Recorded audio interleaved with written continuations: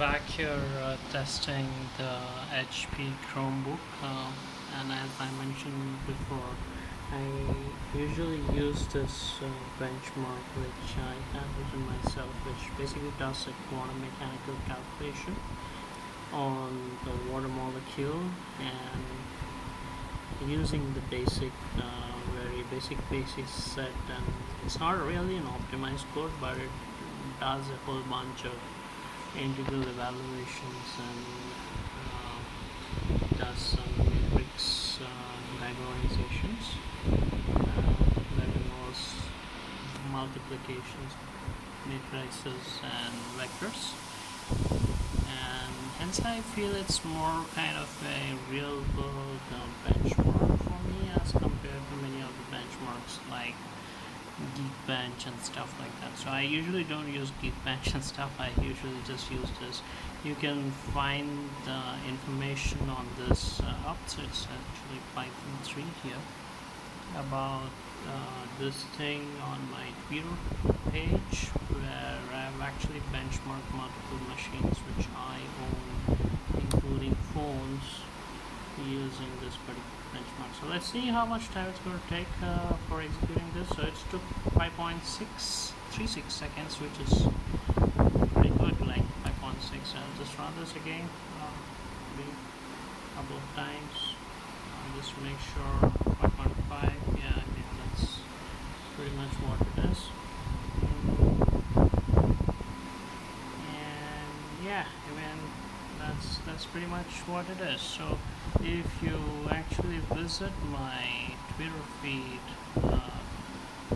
you will see a thread in which I have actually used this in multiple of my machines, and you can see these things. Alright, so it asks me to log in. I don't want to log in here. Just don't want to log in. Don't want to log in. I don't want to log in. Just want to see the feed. Can it show me that? Oh hell, it asked me to log in. Okay, let me log in.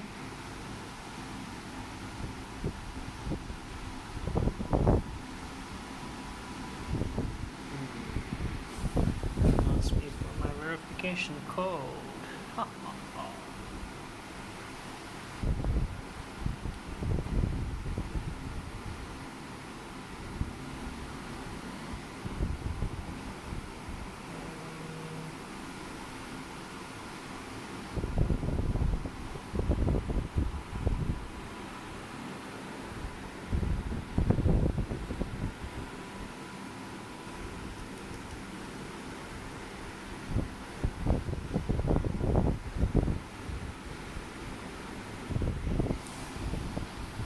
It's doing something. Right, if you are on Twitter, I guess you can try following me.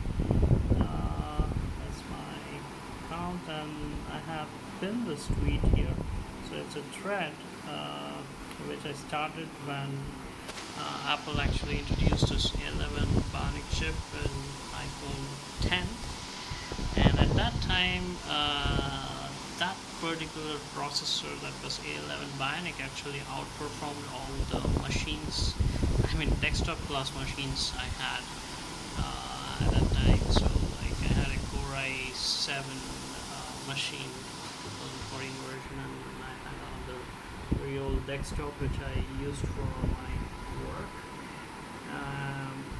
And I basically predicted that at that time that Apple is surely going to come up, that was in 2018, that Apple is surely going to come up with their own processor running ARM, and not surprisingly, a couple of days afterwards, The Verge reported that in fact that's going to be the case, and eventually in 2020 they did introduce it with their processor. So I have a couple of benchmarks here with various things. I have with A14, I have with M1 MacBook, which I own, that is M1 MacBook Pro, which I own, I had access to a couple of Pro Maxes, other machines which I have listed out here. I don't really have access to M3 MacBook Air or M3 MacBook Pro. Either of these, or but yeah, these are typically things. This is the machine that I own. Also, I own a Core i9 13th generation machine, and by far, like, it's the fastest machine that right now I have, and which I use for my work.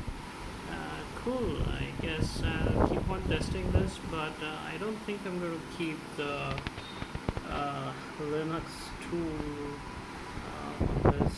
I mean, I'm not going to keep this environment on this just because it's this is not the primary machine that I'm going to use for development. But I'm going to try out a couple of things here. Before I remove this, I'm actually going to try out some things like Rust programming here, because that's something which I'm actually trying to learn in free time. And so I'll give it a try, and let's see how it is.